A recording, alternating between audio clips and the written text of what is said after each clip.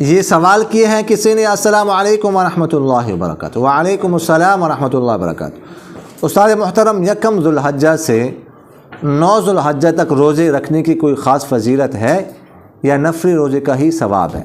رہنمائی فرما دے، جزاک اللہ خیر۔ بالکل ہے، حدیث میں آیا ہے کہ یکم ذو الحجہ سے لے کر 9 ذو الحجہ تک جب کوئی روزہ رکھتا ہے تو ہر روزے کے بدلے میں اس کو 1 سال عبادت کا ثواب حاصل ہوتا ہے،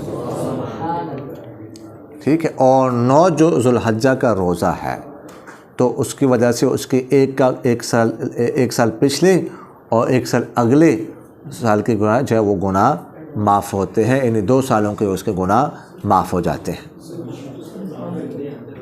سمجھ آ گئی؟ تو حدیث میں اس کا فضیلت ہے، اس لیے یہ روزے رکھنے چاہیے۔ سمجھ آ گئی کہ نہیں ہے؟ وما علینا الا البلاغ۔